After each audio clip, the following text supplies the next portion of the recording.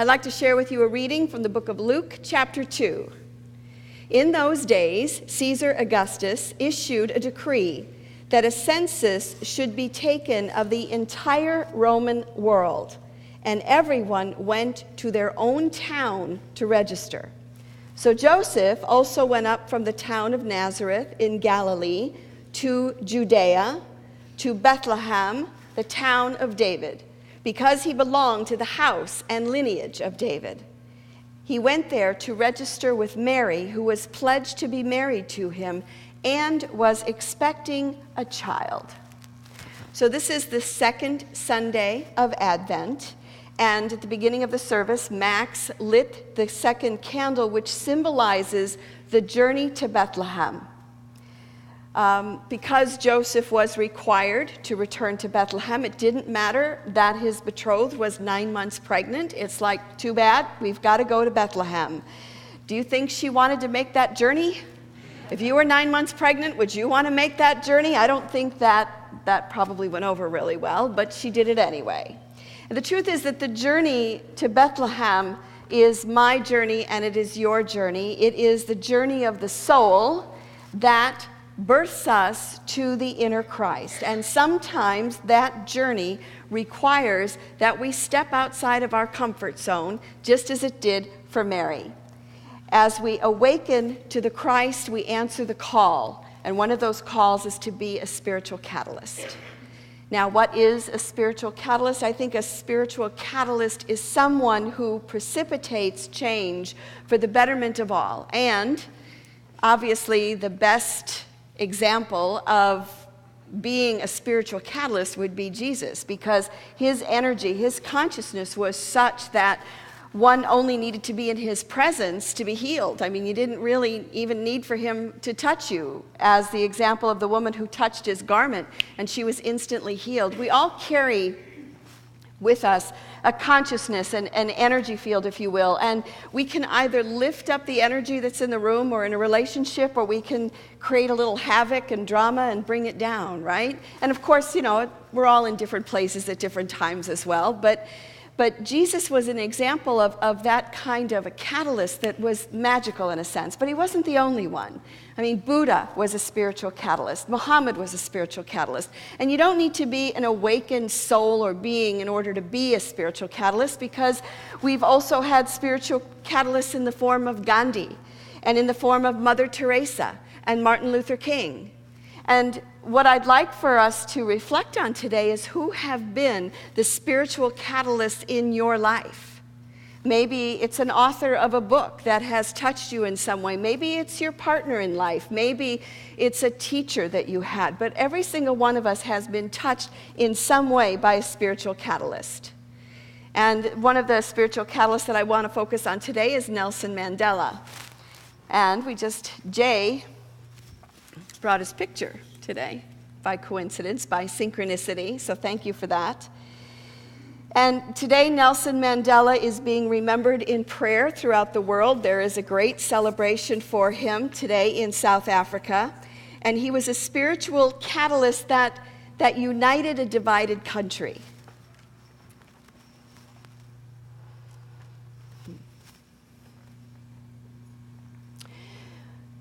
I was reading part of his story this week, and it's very interesting about his release from prison. He was in prison for 27 years. For 12 of those years, he was in a cell that was very tiny, like he could take a few steps in one direction and a few steps in the other direction, and that was about it.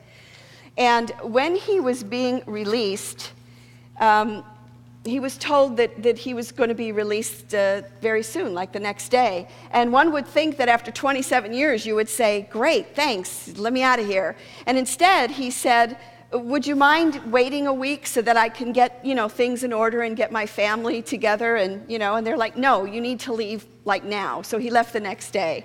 And he was immediately to go to a celebration in his honor. at a public field. And as he was being driven to this place, the crowds were going crazy. They were so happy. And as his car was approaching the fields, people were banging on his car, and they were celebrating and rocking his car. And he said he was afraid that they were going to kill him with love. You know, they just were so happy. And he actually got a little concerned and a little worried. So instead of going to the arena where he was supposed to give a speech, he told the driver instead to go to his lawyer's house. And so he went to his lawyer's house, and he knocks on the door, and the lawyer's like, "What are you doing here? You're supposed to be, giving a speech." And he's like, "Oh, we couldn't really get there." So they sat down, and they had a nice cool drink, and then Bishop Tutu calls, and he says, "What are you doing? Why are you not here?" And he said, if you don't get here, we could have a situation on our hands. The crowd could turn very restless, and the people are restless, and there could be an uprising if you don't show up. So he did. He got back in the car, and he came. And these are some of the words that he said at that speech. He said, "Today, the majority of South Africans, black and white, recognize that apartheid has no future. It has to be ended by our decisive mass action. We have waited too long for our freedom." Now, he said that when he got up to give this speak, he said he felt anything but comfortable about being pushed onto the world stage. I mean, he'd been in seclusion for quite a long time. And he said, "Frankly, when I saw that crowd, I must confess that I did not have the courage or the confidence to speak to them. It took me rather by surprise." So like the journey to Bethlehem, which pushes us outside of our comfort zone, I would say this experience pushed Nelson Mandela out of his comfort zone, and guess what? He did it anyway. He and Frederick de Klerk won the Nobel Peace Prize in 1993 for their work for the peaceful termination of the apartheid regime and for laying the foundations of a new democratic South Africa. One of his gifts was that he was able to talk to anybody and to meet them where they were. So he was able to talk to white people, he was able to talk to black people, and he was able to speak to each person in their own language.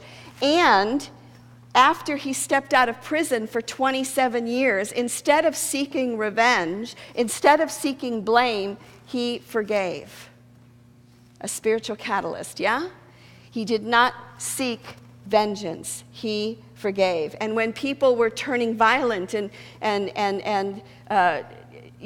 uprising and rioting, he said, "Take your guns and take your knives and throw them into the sea." Very much like Gandhi, very much like Martin Luther King. So 5 years after being released from prison, he became the president. And what's interesting is that one way that he united the country was through the support of the rugby team, which was called the Springboks. Now, the black South Africans hated the Springboks because the Springboks symbolized white supremacy. And they were abusive, and they kind of symbolized everything that was wrong with South Africa in some ways. And so they would root against their team. They would boo them. And in 1995, South Africa hosted the World Cup. And so Nelson Mandela got his Springbok jersey, and he got his Springbok hat, and he went out there and he started rooting for his team. And I haven't seen the movie, but there's a movie that was made about it. What's it called? Invictus. Yes, you've all seen it. And he brought the team together, he brought the country together by supporting this team. And they won the World Cup. And it was like the first time that all of South Africa became one. Didn't matter what color you were, didn't matter where you were from. It was like the entire country came together and celebrated this moment. And it was his way of being a spiritual catalyst. His presence was a spiritual catalyst. One of my favorite sayings of Nelson Mandela is, "Do not judge me by my successes, but judge me by how many times I have fallen down and gotten back up again." Yeah? In other words, do it anyway. To be a spiritual catalyst doesn't require that we are perfect. It doesn't mean we have to be saints. It doesn't mean that we have to be holier than thou, but we do it anyway. We answer the call. After the first service, many people were talking about who has been a spiritual catalyst for them in their lives. And one woman shared that one of the spiritual catalysts was the rudest person she ever met, but was a spiritual catalyst. The most unspiritual person, but still a spiritual catalyst. Another man said, when you asked me that question, the first one that came to my mind was my cat. And I said, well, it's a catalyst, I guess. I'm sorry. That was actually true. He said it was his kitty Pearl, so. So on this journey to Bethlehem that we are all on, we are called to step outside our comfort zone, and we're called to do it anyway. Because like this song that Yvette sang, you may dream your dreams and your dreams may not manifest, but you know what? You dream them anyway, right? You can build something and it can be gone in an instant through an act of nature or a sudden illness or an accident, but guess what? You build it anyway. You can love and then you can be hurt, but you love anyway. My daughter had a friend of hers over for the Thanksgiving holidays, and she was playing with the dogs, and I said, so are you going to get a dog when you move out and get your own place? Are you going to get a dog? And she says, oh, no, I'm not going to get a dog. I said, why? Are you allergic to dogs? Because I could tell she really liked them. And she said, no, I'm not going to get a dog because one day it's going to die, and I don't think I can handle that. And I said, you do have like 10 years maybe with the dog, or 14. I mean, it's not like you're going to get, it was, but it's the kind of thing, yes, you're going to have your dog, you're going to have your cat, you're going to lose them, something's going to happen. You have your partner, you have your kids, you have all the people that you love, and at some point we all have to say goodbye to them because either they're going to leave or we're going to leave, and it hurts, and yet what do? We open our hearts and we love anyway. That's why we're here. So again, I'm asking you the question, just take a moment to reflect on this, who has been a spiritual catalyst for you in your life?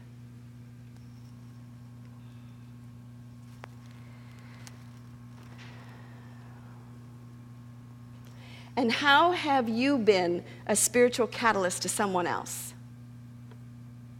Because you have. You know that you are, that is why we're here. And I think it's important that we tell those people who have been spiritual catalysts to us. I think it's very empowering to be able to tell them that. One of the people who's been a spiritual catalyst for me is the author of the book Life After Life, Raymond Moody. It was written in the 70s, and he was a doctor who was doing a study on people who had died and then been brought back, which is pretty common knowledge now, but back then it was brand new, and I had just lost my cousin, and I was like, where did he go anyway? And I read that book over and over and over again, and it catapulted me on my spiritual journey. And I had the good fortune to meet him when he came here to do a workshop. And I drove him back to his hotel, and I said, you need to know that your book saved my life, that your book and your ideas started me on my spiritual path, and I am so grateful to you for that. Now, the truth is that conversation probably meant more to me than it did to him. But it was very empowering to recognize him as a spiritual catalyst in my life. Mother Teresa, another great spiritual catalyst, said this about the idea of showing up and doing it anyway, regardless of what's happening. She said, people are often unreasonable, irrational, and self-centered, but forgive them anyway. If you are successful, you will win some unfaithful friends and some genuine enemies, but succeed anyway. If you are honest and sincere, people may deceive you. Be honest and sincere anyway. What you spend years creating, others could destroy overnight. Create anyway. The good you do today will often be forgotten, but do good anyway. Give the best you have, and it will never be enough. Give your best anyway. In the final analysis, it is between you and God, and it was never between you and them anyway. Another example of someone who has been a spiritual catalyst and did it anyway is a man by the name of Sixto Rodriguez. Any of you seen Searching for Sugarman? Yeah. I heard he was at the Neptune Theater like last month. I didn't see him, but Sixto Rodriguez was a recording artist in the 1970s. He is compared to Cat Stevens and Bob Dylan. Unfortunately, he recorded a couple of albums and they sold like maybe 6 copies. Nothing, absolutely nothing. So his big career just went nowhere. However, his records sold like crazy in South Africa. There was a bootlegged copy and it ended up going platinum, and some of his songs became anti-apartheid anthems in South Africa, where his work influenced many musicians and protested against the government. He became more popular than Elvis in South Africa. He was as popular as the Beatles in South Africa. And nobody knew who he was, really. They didn't have any idea who this guy was, but everybody had his album. Everybody knew his songs. And here he was. Well, they thought he was dead, too. You know, there were stories going around that he'd committed suicide because his career never took off, and so it was like, oh, too bad, he's dead. Meanwhile, this whole time, he's living in Detroit, doing manual labor, and living just above the poverty line. Just above the poverty line. While in South Africa, he has become a voice, the voice of a generation. He has become the voice of a movement. And it wasn't until the 90s, I believe it was 1997, that his daughter, hence, you know, the internet comes along, his daughter is looking on the internet and she discovers that there is a website dedicated to her father. They were looking for him. And, of course, they found him. They bring him back to South Africa. Well, not back. They bring him to South Africa for a concert. And he's thinking, sure, I'll do a concert. And he's thinking, well, maybe there'll be 40 or 50 people there. And there's 30,000 people there to see him perform, and the place went crazy. Now, what's interesting to me about this man is he was so humble. Just as Nelson Mandela stepped out of prison after 27 years, and he didn't seek revenge, instead he forgave his captors, so Rodriguez comes out of this poverty, and his music had transformed a nation, and he was humble and grateful to be there in those 30,000, to sing to those 30,000 people. And apparently he just did a concert in New York, and someone at the first service said he was just at the Neptune Theater last month. He is a spiritual catalyst. We are all on the journey to Bethlehem. And it is the journey of birthing the inner Christ. Chances are this journey is going to take us outside of our comfort zone. And my question to you is, how are you being asked right now to step outside your comfort zone? Because that's the journey to Bethlehem. When we say yes to this journey, it may stretch us in unknown ways. And it may call us to experience things that we didn't seek out. Like, I'm sure Nelson Mandela didn't want to go to prison for 27 years. He's 42 years old, and he doesn't get out until he's 71. I'm sure that Mary was not thrilled about the idea of traveling when she's 9 months pregnant. And Rodriguez was unaware of his fame or influence. And you know what? We do it anyway. We take the trip to Bethlehem. We continue singing, creating, doing what it is, loving. We dream, we love, we build, and we create.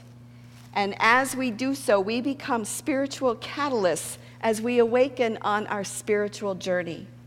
So this morning, I want to say thank you to Nelson Mandela and to all the spiritual catalysts that we have been blessed by on this planet. And for all of you who are spiritual catalysts in training, whatever's in front of you, do it anyway.